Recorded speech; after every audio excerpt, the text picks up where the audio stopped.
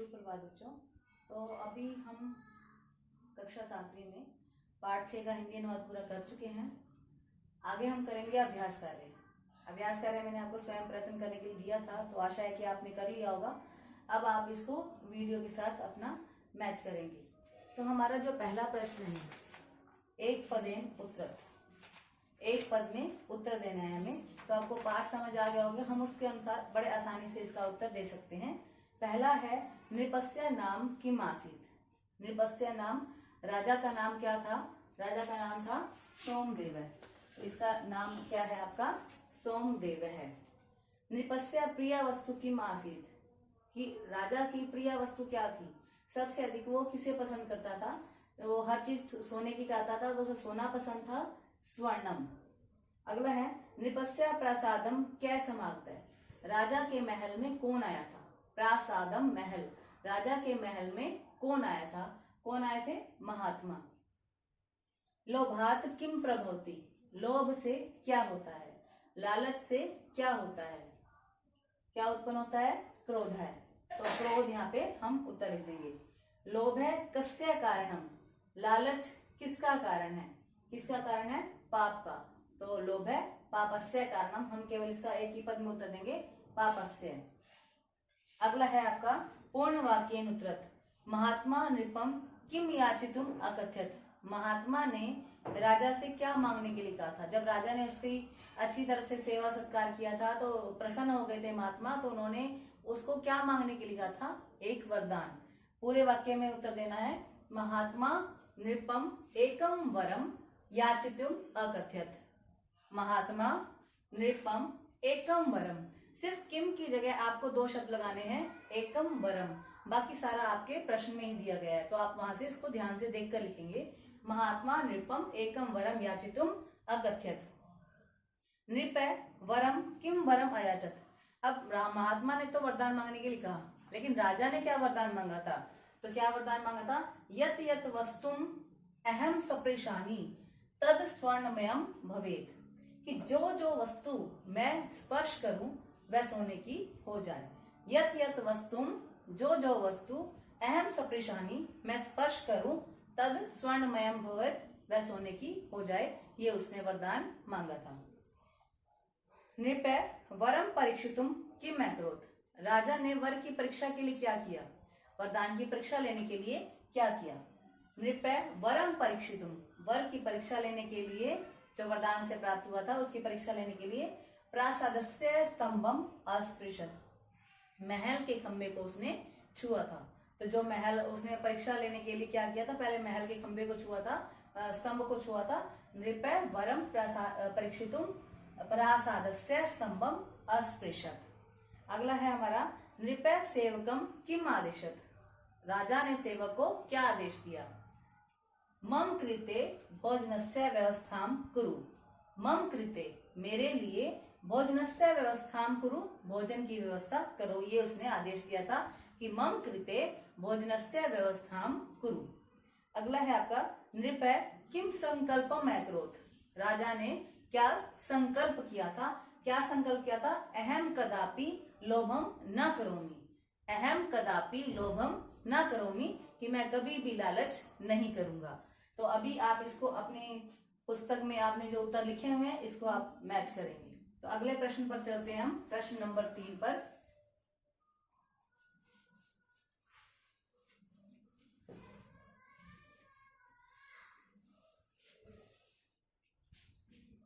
देखेंगे हमारा प्रश्न नंबर 3। प्रश्न नंबर 3 है आपका प्रश्न निर्माण। प्रश्न निर्माण में जो हमारा पहला शब्द है, पहला जो वाक्य है, नृपय स्वभावेन लोभी आसीत। आपको मैंने बताया था प्रश्न निर्माण हम कैसे करते हैं। प्रश्न निर्माण के लिए आपको किम का शब्द रूप आना जरूरी है, और जो शब्द आपको दिया जाता है उसके लिंग, विभक्ति और वचन की जानकारी होनी चाहिए। जो लिंग, जो विभक्ति और जो वचन में आपको जो शब्द दिया गया, उसी लिंग, उसी विभक्ति और उसी वचन में आपको किम के शब्द रूप में जाना है। तो स्वभावेन ये शब्द है हमारा, स्वभावेन। स्वभाव जो शब्द है वो तृतीय विभक्ति और एक वचन का है और पुल्लिंग का है, तो हम यहाँ पर लगाएंगे केन। ये हमारा प्रश्न निर्माण हो जाएगा। और प्रश्न निर्माण में आपको क्वेश्चन मार्क जरूर लगाना है, प्रश्न सूचक चिन्ह जरूर लगाना है। महात्मा तथास्तु इत्युक्त्वा ततः प्रस्थितः। महात्मा के स्थान पर आपको प्रश्न निर्माण करना है। तो महात्मा क्या है? पुल्लिंग है, प्रथमा व्यक्ति और एक वचन है। तो किम के पुल्लिंग प्रथमा और एक वचन में जाएंगे क्या। तो हम इसका उत्तर दे देंगे क्या। अगला है हमारा नृपय वर प्रभावेन अहंकारम उपागत है। अहंकार को प्राप्त हो गया था। किसको प्राप्त हो गया था? मीन्स क्या उसको प्राप्त हो गया था? किम।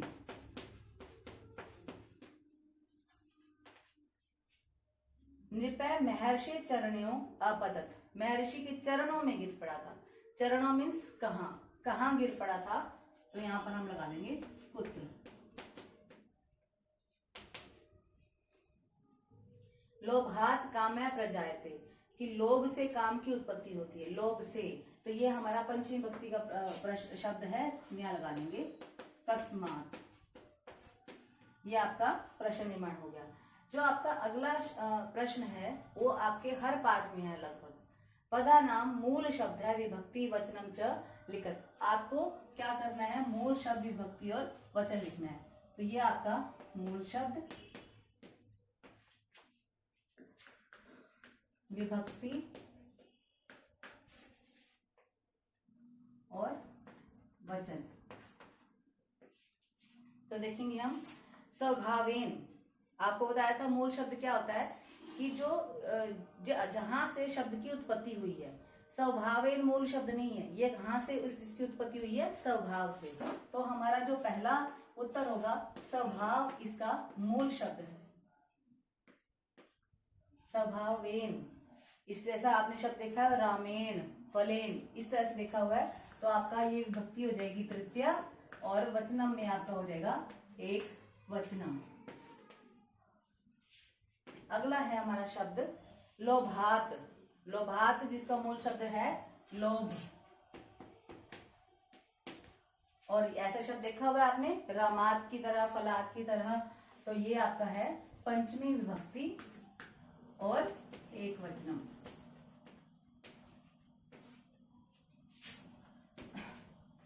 पापस्य मूल शब्द हो जाएगा इसका पाप। पाप से उत्पन्न हुआ है और षष्ठी विभक्ति और एक वचनम।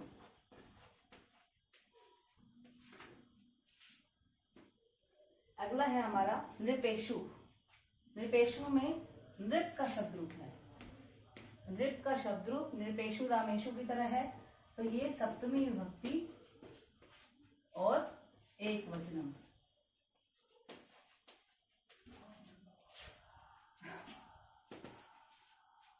वरम।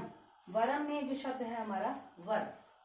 वर मूल शब्द है और द्वितीय विभक्ति है। यहाँ पर वर को मांगा, को से बचा देगा, कर्ता ने कर्म को, द्वितीय विभक्ति।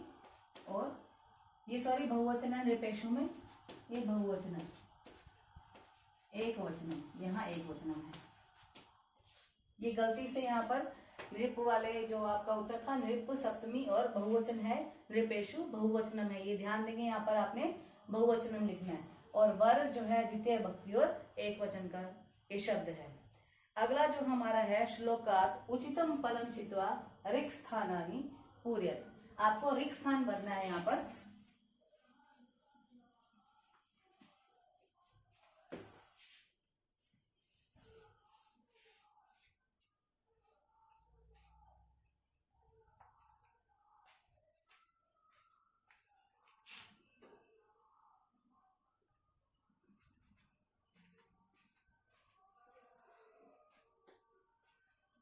पाठ 6 के अभ्यास में एक ये अंतिम प्रश्न है, इसको आपने ध्यान से समझना है।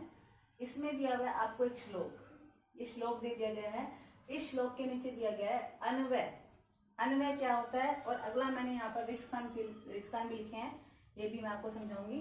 अन्वय, अन्वय का मतलब होता है हिंदी के अनुसार रिक्त स्थानों की पूर्ति करना। हिंदी के अनुसार यानी कि आपको जो श्लोक दिया जाता है उसमें कई बार हमें हिंदी करने के लिए शब्दों को पीछे से निकाल कर आगे लाना होता है। मतलब शब्द पीछे होता है, उसकी हिंदी आगे कर दी जाती है। ठीक है। और इसी तरह से जैसे आप यहाँ देख सकते हैं अन्वय दिया गया है आपको। अन्वय में क्या होता है कि हिंदी करो, पहले श्लोक की हिंदी करो, श्लोक की हिंदी के अनुसार शब्दों को ढूंढो और लिखो। केवल रिक्त स्थान फिल नहीं करना है, यहाँ पर पहले हिंदी करेंगे और उसके बाद इसका रिक्त स्थान फिल करेंगे। तो आपको इसकी हिंदी करवाई गई है कि लोभ से क्रोध उत्पन्न होता है, लोभ से काम पैदा होता है, लोभ से मोह और नाश होता है, लोभ पाप का कारण है। ये आपको करवा दिया गया था। अब अन्वय में हमने इसकी हिंदी कर ली कि लोभ से डैश होता है। लोभ से क्या होता है? क्रोध है। तो यहां पर हम यहाँ लिख देंगे क्रोध है। आगे क्या लिखा हुआ है? डैश काम प्रजायते। काम की उत्पत्ति होती है किससे? लोभात।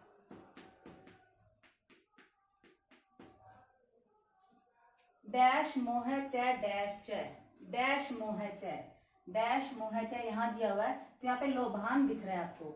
लोभान नहीं लिखेंगे, यहाँ लिखेंगे हम लोभात। इसका संधि विच्छेद करेंगे। लोभात मोह च, लोभ से मोह, और फिर क्या होता है? नाशः च। यहाँ पे नाशश्च लिखा हुआ है, आपको च अलग कर दिया गया है, ये विसर्ग के लिए है तो हम यहाँ विसर्ग लगा देंगे नाश है। और अगला है लोभ है पापस्य कारणम। आगे कुछ भी यहाँ पे फिल नहीं करना है। अब ये है हमने किया हिंदी के अनुसार इसको। अब आगे है रिक्त स्थान भरने, केवल रिक्त स्थान भरने हैं, कोई अन्वय नहीं दिया गया। रिक्त स्थान में क्या होता है कि जो शब्द आपको मिल रहा है और जो नहीं मिल रहा है उसको उठाओ और लिखो। लोभात क्रोध है, लोपात क्रोध है के बाद क्या है? प्रभवती है, तो हम यहाँ लिख देंगे प्रभवती। डैश काम है, डैश काम है, काम है से पहले क्या है? लोभात, तो हमने यहाँ लिख दिया लोभात। और फिर प्रजायते, उसके बाद है डैश, प्रजायते के बाद है फिर से इसके नाशश्च लिखा हुआ है यहाँ पर, तो ये शब्द नहीं लिखा हुआ है तो ये हम यहाँ पे लिख देंगे